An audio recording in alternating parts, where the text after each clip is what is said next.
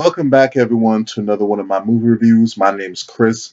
In this video, I'm going to be giving my reaction to Spider-Man Into the Spider-Verse.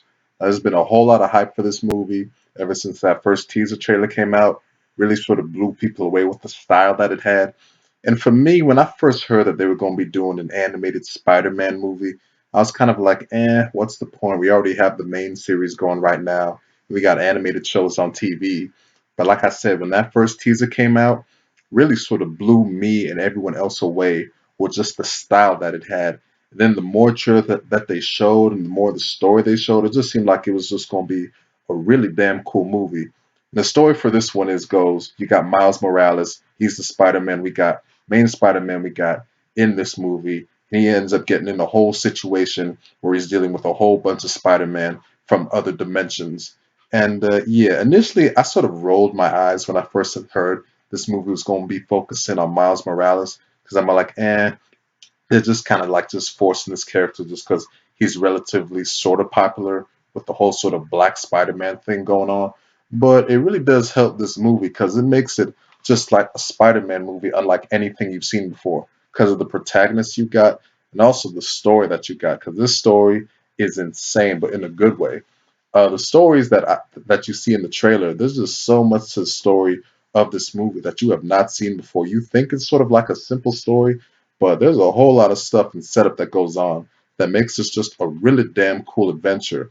And like I said, the whole aspect of being a Spider-Man film that you've never seen before, with the film, the way it's animated and just the style that it has and the story really helps deliver on that promise of what those trailers had.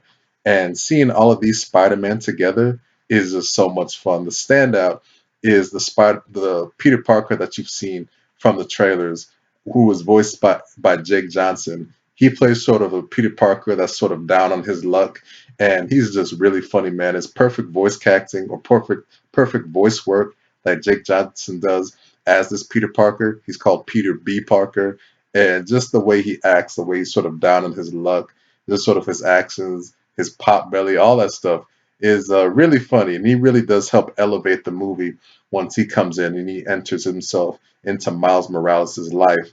And all the other Spider people we have here are really cool as well. Get to see Spider Gwen, who's been really popular in comics lately. You get to see Spider Man Noir, who's been popular because of video games and a few other things. And a couple of Spider-Man that maybe not as popular. I knew who Spider-Ham was going into this movie. Didn't know a whole lot about him, but I definitely was aware of Spider-Ham. The Spider-Man that I was not aware of going into this movie was this anime Spider-Man we got going. Her name is Penny Parker. And yeah, she's unlike any of the Spider-Man that we've seen before. Just because she's got a whole robot. She's an anime style. And it's really cool what they do with Penny Parker and Spider Ham because they have different art styles than the other characters that we see in this movie. Spider Ham is more sort of a cartoonish, elastic style, and Penny Parker is just straight up an anime. And it's really cool to see that sort of a dichotomy in art styles in this movie. And like I said, this is just a really damn fun adventure with the whole stuff that go on. Lots of good action. This is really not just a kids movie. This is a movie I would say that definitely appeals to adults also. And one of the main reasons I'll say that because of the villain that you got here, our main villain, the Kingpin. Now, like any superhero movie, your movie's only as great as your villain, and Kingpin is just a great villain in this movie, man. He's just so damn ruthless. I mean, early on, you see that this guy is just not fucking around. He does something that where it's like, God damn, this guy is just cold blooded. And really, what gets you off just from the start is just his design. Kingpin has obviously always been designed as a big sort of white guy, muscular but kind of fat looking, if you know what I mean. Here, it's sort of like over exaggerated to a point where you see him and you're just like, whoa, that's really something. But even though it's exaggerated, it really works. Just his character is just great, really fun. And they even managed to make him somewhat kind of a little bit sympathetic. They pull a card out of the Daredevil Netflix series, and it's like, oh, y'all definitely been watching Daredevil the way you're pulling this off right here. But all the elements really come together to make a really fun superhero film. Miles Morales as your protagonist. It's a good story for him. Really good character, good stuff all the way through. I will say that initially it took sort of a little bit of time for the movie to get going for me, just because at first it did feel like it was just a little bit more style over substance, and maybe so more so I didn't really feel like I knew what direction the movie was going. It's just kind of like we're getting just a flat out focusing just on Miles here, just a regular old origin story. Are they going to go too much with the whole comic book thing? Was the feeling I was having at the beginning of the movie. But the more it went on, it just got better and better. And like I said, once Peter B. Parker comes in, that's when the movie becomes really fun and damn good and enjoyable. So I'm gonna give this one an 8.5 out of 10. Really enjoyable movie. Best animated film of the year. I don't know about that. It's between that and Ralph Breaks the Internet.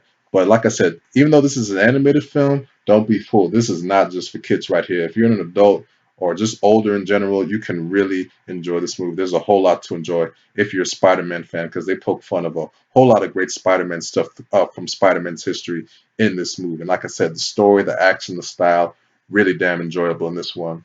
And overall, it just led to this year just being a really great year for Spider-Man. And I mean, you think about it, that PS4 game that came out just kicked all kinds of ass. For me, that should definitely win Game of the Year. Then Spider that made me want to revisit the Spectacular Spider-Man series this year. That was my all-time favorite incarnation of Spider-Man, so I rewatched that this year.